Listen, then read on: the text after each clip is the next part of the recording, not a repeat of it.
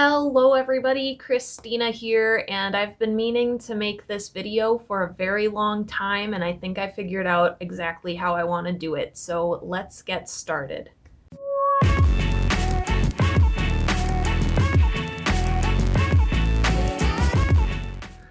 Alright, so today we're going to be kind of reacting to a video from Marc Brunet. He is a very good art teacher, and I very highly suggest that you take a look at his videos, especially because my channel, in case you haven't noticed, is not a how-to channel. I try to give as much light as I can into how I do certain pieces. However, I am not a teacher and I don't want to be an art teacher. I just want to make my art. So if you're looking for how-tos, this is the guy to go to, and I very much wanted to get into his videos myself because I've been feeling very self-conscious about my art lately. I very much feel that it's not at the level that I would like it to be, and now that I have my new PC and my new office, I really want to be spending more time with art. So when I saw this video, I started watching it for my own purposes, so I've seen a little bit of the video already, but I ended up pausing it because I thought, wait a second, I have a video that I want to make on my channel, and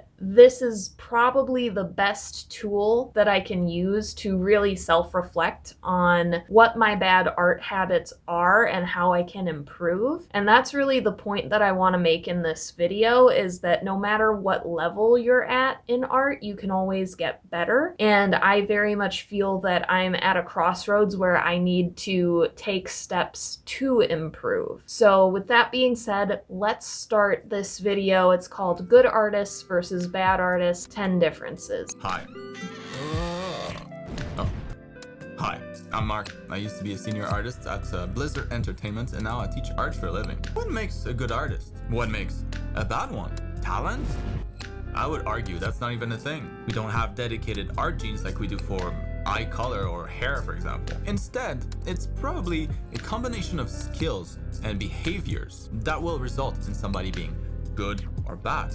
I really agree with this because I hate when people talk to me and they're just like, I can't even draw a stick figure. I really think that they limit themselves. I really feel that people judge themselves so harshly that they don't return to a thing, and if you don't practice a thing, then you aren't going to get better at it. We tend to practice things that we're told we're good at. And if you really want to have drawing in your life, you can have it. And that's the big thing, is I don't practice as an artist, and I should, and that's something that I'm hoping to do in the future. Alright, today we'll take a look at 10 things that separate good artists from bad artists. Now, of course, just because you don't do all those 10 things or any of it doesn't make you a bad artist per se. Some artists just never get good despite their apparent effort. Why? Are some artists just more talented? No! Stop using that word right now. I've made it illegal. Thankfully,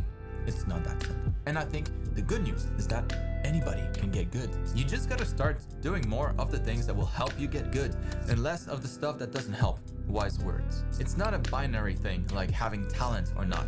Think of it as a diet instead, where some things you eat will contribute to your health, while others will make you less healthy. Same thing with art. Improve your art diet. He calls it an art diet. I call it art hygiene, and something that I'll talk about in my social media series is social media hygiene. I have awful art hygiene, which is why I am not a teacher. Let's move on. The first thing on the list, the first checkbox a good artist should want to work towards checking, is simply don't be boring. There's so much boring art around. I 100% agree with this. I think this is one thing that I'm pretty good at, except for when I go to figure out video ideas and I start to think about what do other people want to see, and then I want to kind of mimic other artists that I've seen. But I feel like most of my art has always been trying to be interesting. It's been trying to be multimedia, and going into the digital workspace, I kind of got pigeonholed a little bit. So hopefully I can pivot back into a space where I'm being more myself and just doing my art just because.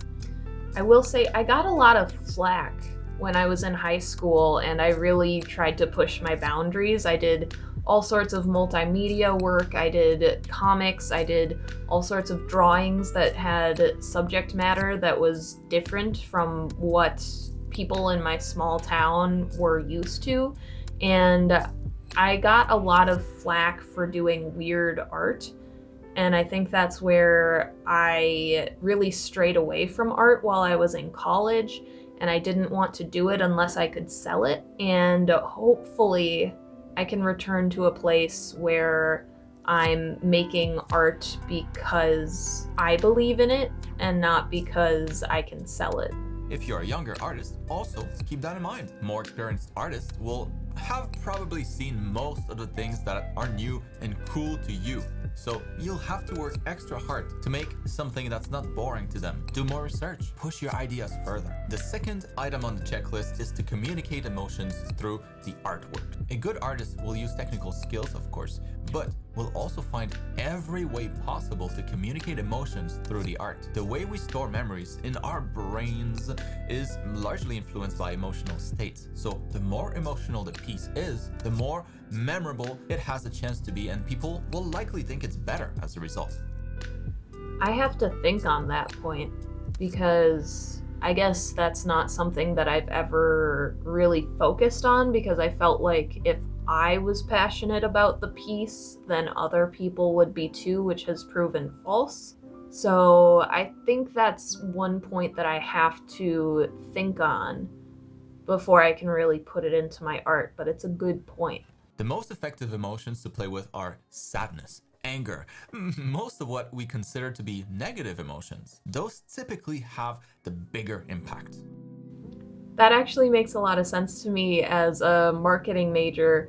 For those of you who don't know, I have a bachelor's in marketing, and basically there's this rule out there where if you get one negative review or word of mouth or what have you as a business, if there's one negative thing out there, it takes 10 plus 2, it takes 12 positive reviews to counterbalance that. So the ratio is 1 to 12, which is really daunting for a lot of businesses.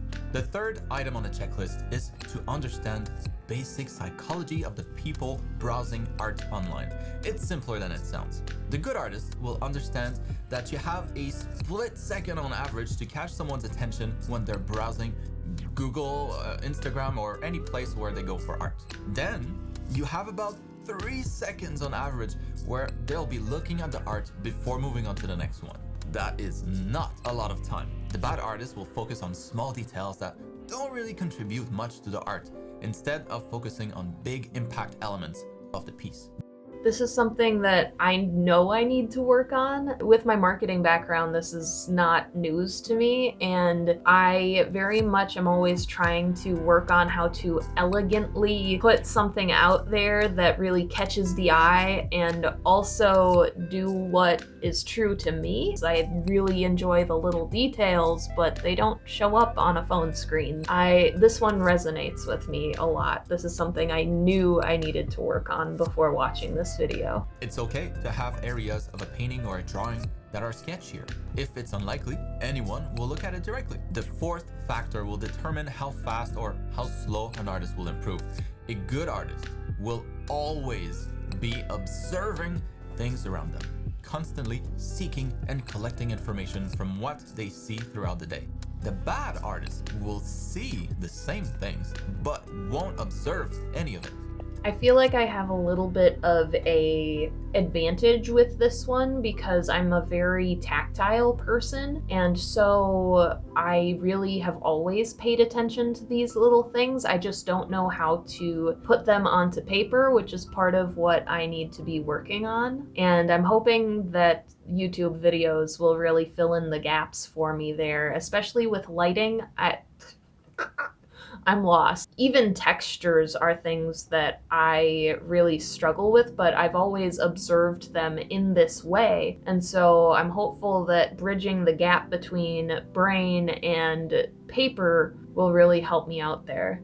Now, the fifth factor is to be critical and to seek critique, unless you're already a master artist. This is something I need to definitely improve on. I really don't like getting my art critiqued, partially because of my high school experiences, and even when I put my high school art into some college shows, I really didn't get a lot of positive feedback. And since my art was so kind of out there, I really got a lot of critiques that I really took to heart, because my art has always been a very personal thing for me. In my adulthood, I haven't been looking for critiques, and I really try to avoid them if I can. However, I do look into like Facebook groups and the like to see what other people are kind of doing, and I think I just need to find the confidence to really set myself up. I'm a very proud artist, and that pride does not do me good.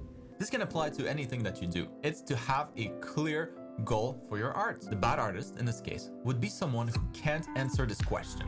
Why are you drawing? Or rather, has never considered the question. A good artist might not have the answer yet, but might be looking for that answer, trying different things and learning as much as possible about the potential goals artists typically choose from. Even better, a good artist will have found the answer and will be creating art to help with that goal.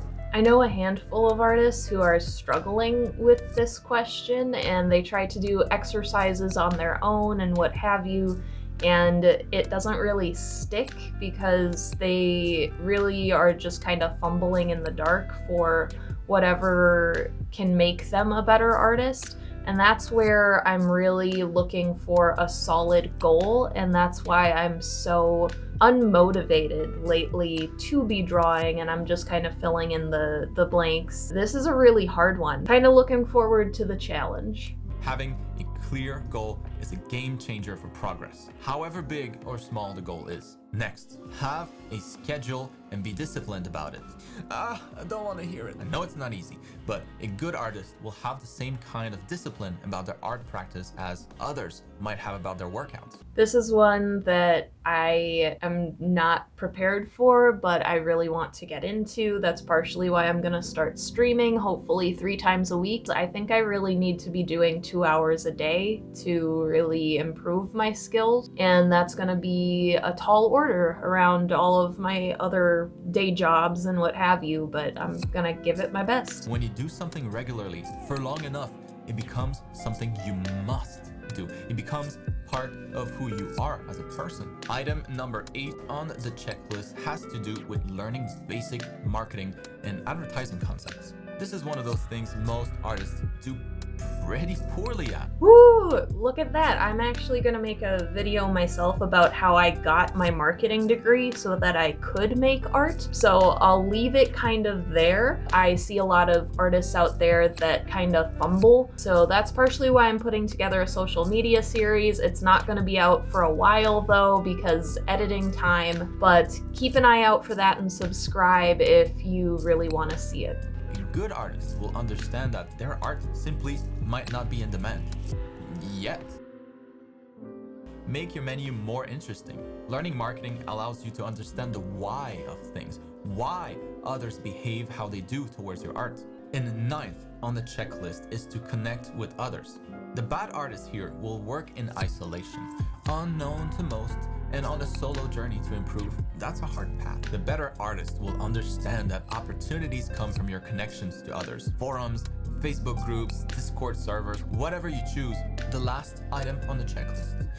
Turn envy into motivation. I don't know how to practice this, to be honest. Artists who get stuck on the envy part, who get discouraged looking at good art, they're likely to have a hard time. I will say this is something I've struggled with, and it kind of depends on the day at this point in my life. I get very envious of people who, for instance, have access to better supplies than I do, or have more time on their hands to really practice things, it really makes me jealous, and I'll feel that instead of going, wow, I could put that into my art, etc., etc. And I think going out of college, I've learned a little bit how to translate that into, oh, that's actually really cool. I'm gonna take a screenshot and revisit that in one of my future projects or what have you. I'm really hopeful that now that I have bigger, better equipment, I can really expand what I'm working with and be less envious and just spend more time on what I want to be able to achieve. To be clear, nobody is a bad artist if they feel envy. It's how you manage to turn that into motivation that will make the difference. You're also not a bad artist if you're missing things from the list. The idea here is to work on all of these to eventually check all 10 boxes. A bad artist will be aware of these and still choose to not do anything about it. As soon as you start working on these, you'll be on the right track to becoming a good artist, as I'm sure most of you are, but we can always be better. And that's all I have for today. All right, so there's that. I've been recording for like a half hour now. I don't know how I'm gonna edit this down. Really, when I first recorded this video, I felt like I was being very much a downer and being very down on myself, and I didn't want that to come through in this video, especially with the title that I put on it. The thing is, I am a bad artist, and it's only because I have bad art hygiene, or art diet, as Mark says in this video. With that being said, I really want to tell you guys that you can be good artists too. It just takes a lot of practice, just like anything, working out, eating well, cooking. I'm such a bad cook at home, and really, I just know that I have to spend time with it. And it's the same thing with art. You might think that you don't have the gene or what have you, but I assure you there isn't one. With that being said, I'm gonna let you go. This is a really long video, so I'll give you 3,000 experience points for it. Thanks so much for getting to the end, and I will talk to you guys next week. Don't forget to drink some water. Have a good one. Peace.